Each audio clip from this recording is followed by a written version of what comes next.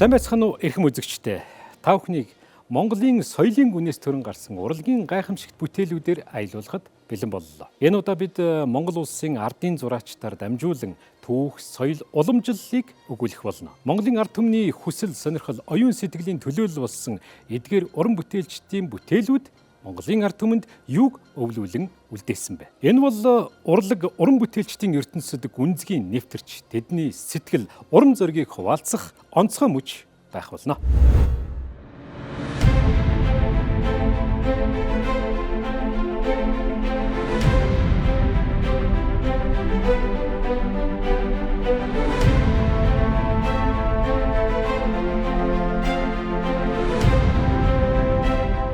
Би харгас байж болох ч урлаг надаас харгас гэж Монгол улсын ардын зураач төрийн сойрхолт доо болдоос өөр хэн хэлэв? Дэлхийд алдартай урлагийн сургууль болох Репиний академик Монголын хуруу дарамтсан авиаснуудад төгсөж, уран зургийн гайхамшигыг мэдрүүлж, үе үеийн уран бүтээлчдэд үнэтэй сургамж өгсөөр байна. Монголын дүрслэх урлагт эр зэрэг, эрч хүч, концепцийн гүн утга, дүрслэлийн дотоод хашгирааныг авчирсан хүчрхэг төлөөлөгч. Түүний уран бүтээлийн өр аялцгаая. Сайн байцгаана үзэгчдээ. Өнөөдөр та бүхнийг гайхалтай уран бүтээлчд, уран бүтээлийн гүн гүнзгий халуун дотн яриалуу чиглүүлэхэд бэлэн болоод байна. За энэ удаа манай нэвтрүүлгийн хойморт буюу хүндтэй зочноор Монголын дүрслэх урлагийн тод төлөөлөл болсон хоёр сайхан эрхмийг бас урьдсан байна. Монгол улсын төрийн сойрхолт ардын зураач доо болдгоо байгаа. За өнөөдөр бас бидэнтэй болдгоон талаар, Монголын уран зургийн талаар, дүрслэх урлагийн талаар, мөн түүний болдгоон бүтээлүүдийн талаар бас тодруулж ярихаар төрийн сойрхолт зураач Цэгмэд ах маань хүрэлцэн ирсэн байна. За та хоёртоо энэ өдрийн мэндийг хүргье. Монголын абстракт зургийн нэр төлөөлөл болсон доо болдгоогоо студид урьсандаа тун их баяртай байна. Тэгээд таны зурсан төрийн сойрхолт хүртсэн алдартай бүтээлүүдийн нэг ээж охин хоёр гэж энэ зургийг би ингээд дэлгэцэнд үзэгчдэд харуулж байгаа юм. Тэгээ ер нь энэ зургийг та хэдэн онд анх яаж зурхаар болов? Энэ зургийг зурх болсон үүдэл нь юу байсан юм бэ? Тэр талаар яриагаа эхлэе да.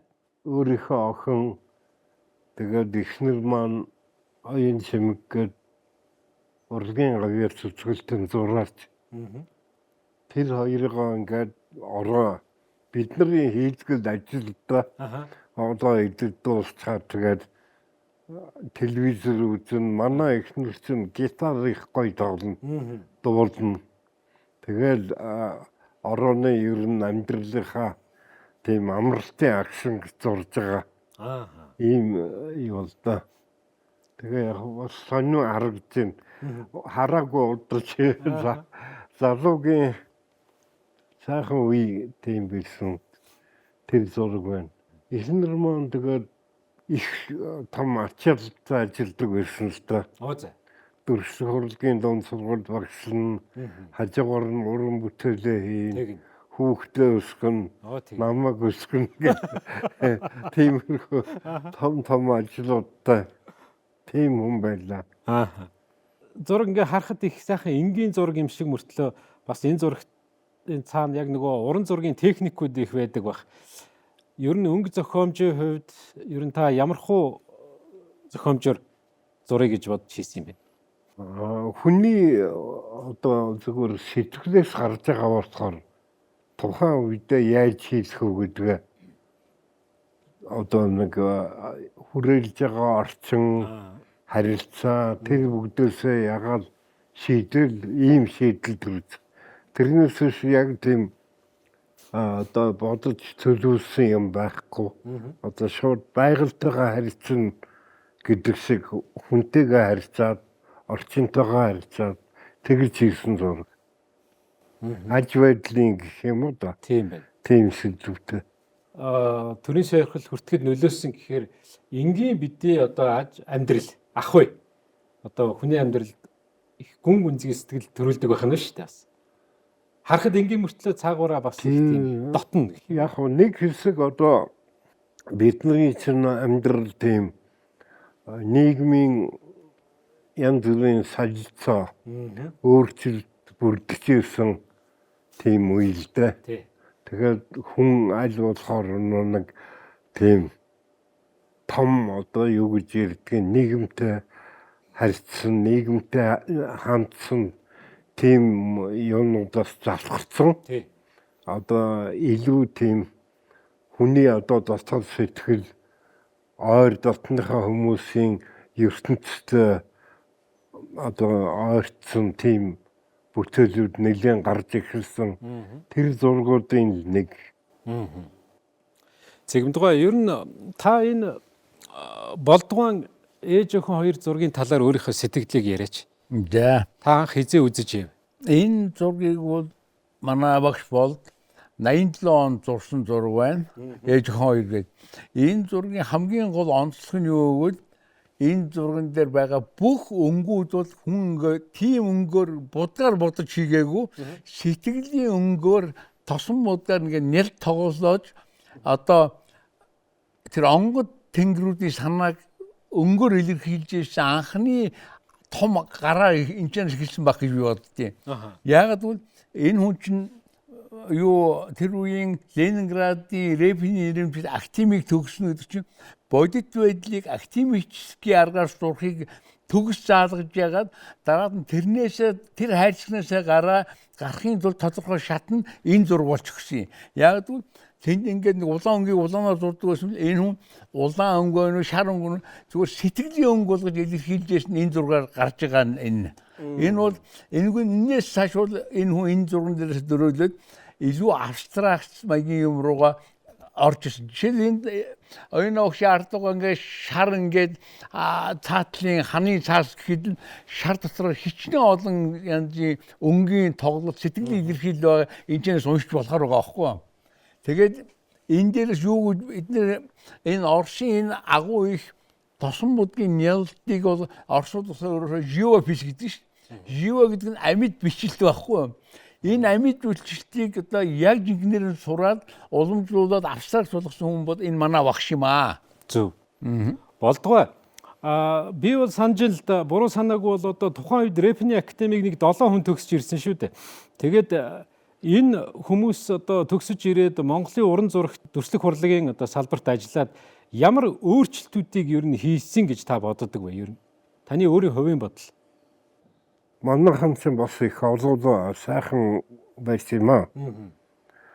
Ленинградын уран зургийн Репиний нэрмжис академиг төгсөхөд төгсөлтийн 40 гаруй хүн байсан. 77 он төгсөд тэгэхэд одоо 7 монгол хүн ингээд зэрэг төгсөж ирсэн их сонин. Тэгэхэд улсууд ярьж ирсэн. Өөх Репиний академи чинь монголчуудад ижлэгчиж гэдэг.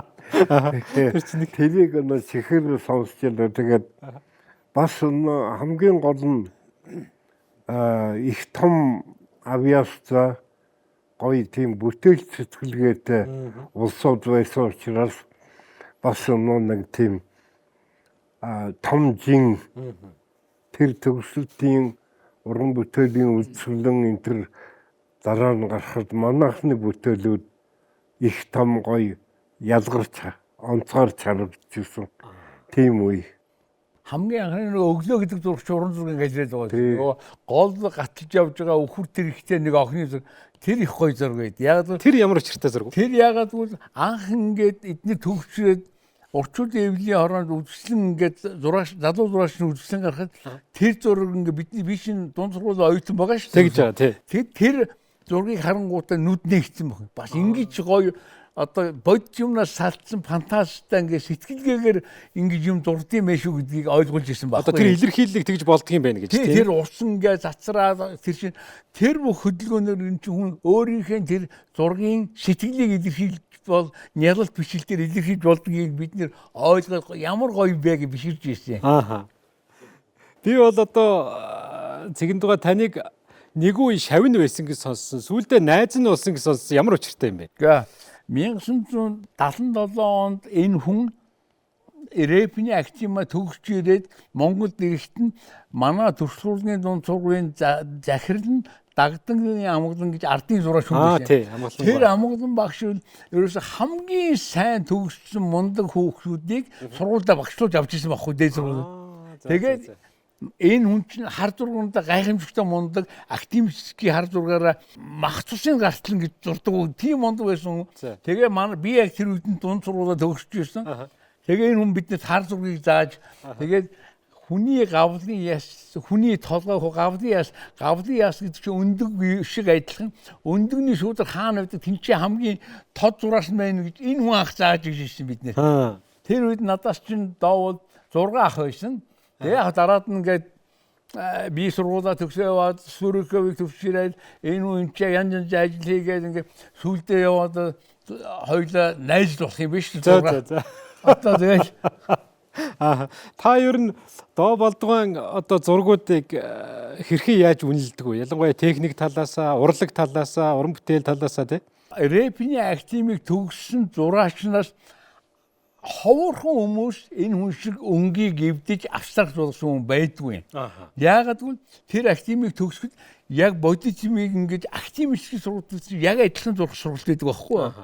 Ингээ хүний хүн шиг сууж байгаа хүн шиг ингэ зурд. Яг реалистик яриад байна. Реалистик маягаар нь.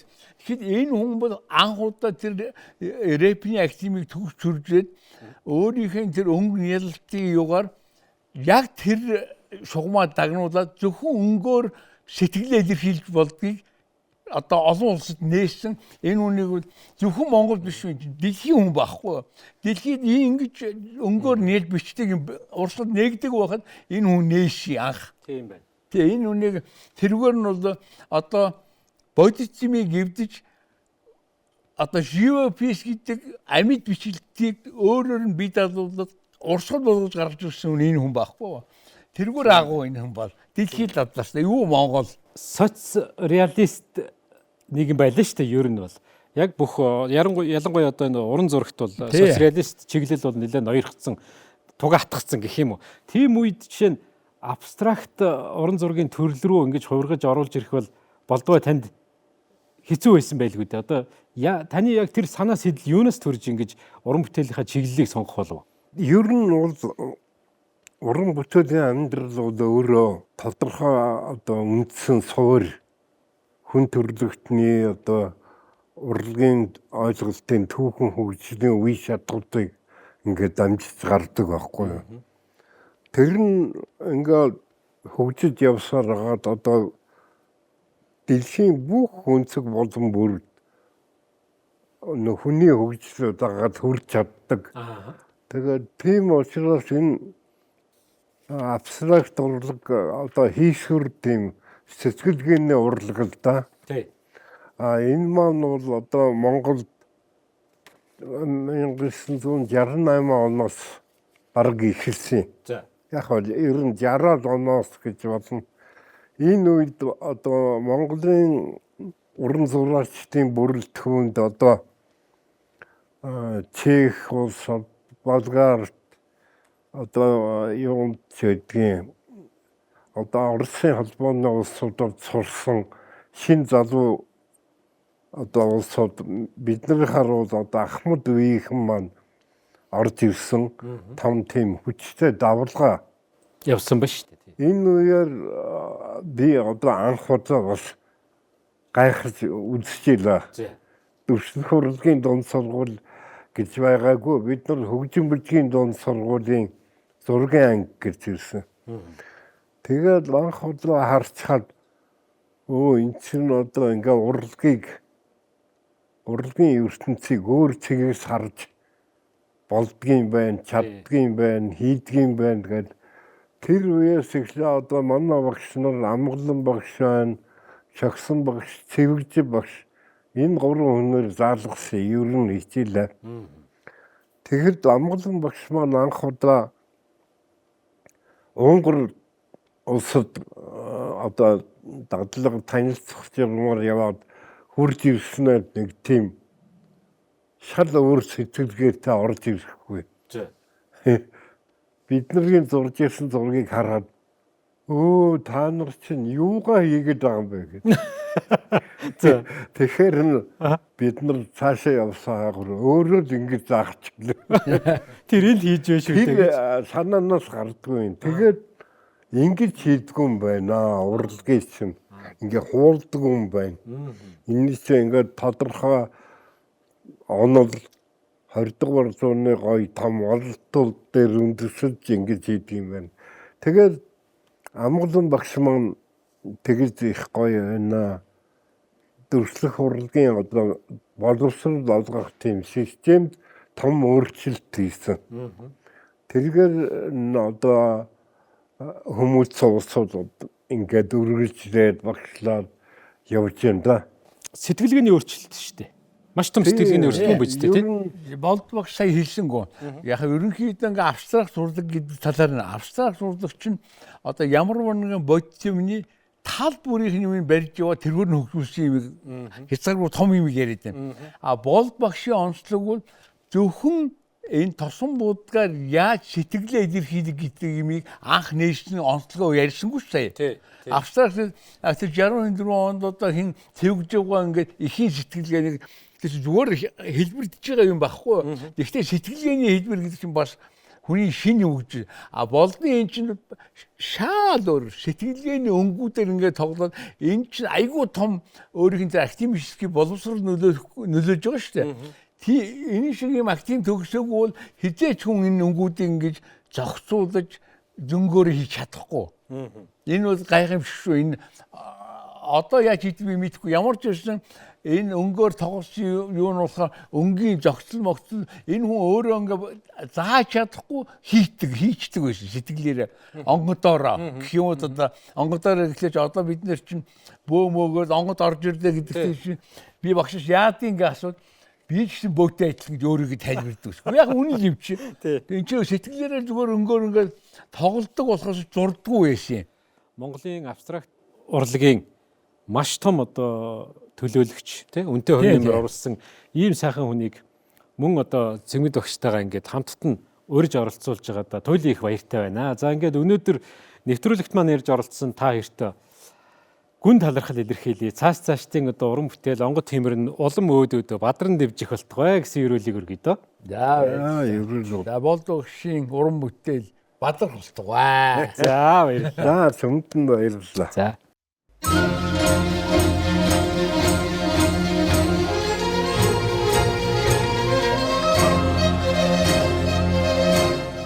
Энэ хүн нэвтрүүлгээр бид тэдний уран бүтээлийг онцлон хүргэсэн бөгөөд дүрслэх урлагийн хэлээр түүх хэрхэн өгүүлж болохыг, урам зориг хайрыг хэрхэн илэрхийлж болдгийг, уран бүтээлч ба бүтээлийн хооронд орших үл үзэгдэх утсыг танд танилцууллаа. Монголын дүрслэх урлагийн алтан үеийг тодорхойлсон эрхэм цол бол ард энэ зураач. Энэ нэр хүнд энэ эрхэм алдрыг зөвхөн сайхан зурдагт бус ард түмний сэтгэлийг зурх ухаанд өгсөн хүндлэл гэлтэй. Эдгээр эрхэм хүмүүсийн өв үнэт зүйл бидний дунд юу болж үлдэв? Яагаад тэдний нэр уран бүтээл одоо ч үн цэнтэй байна вэ? Хойч үе энэ гэрлийг хэрхэн тэн үлдэх вэ? Эдгээр асуултыг танд үлдээж энэ нэвтрүүлгийн жаргая. Тун удахгүй дахин уулзах болно.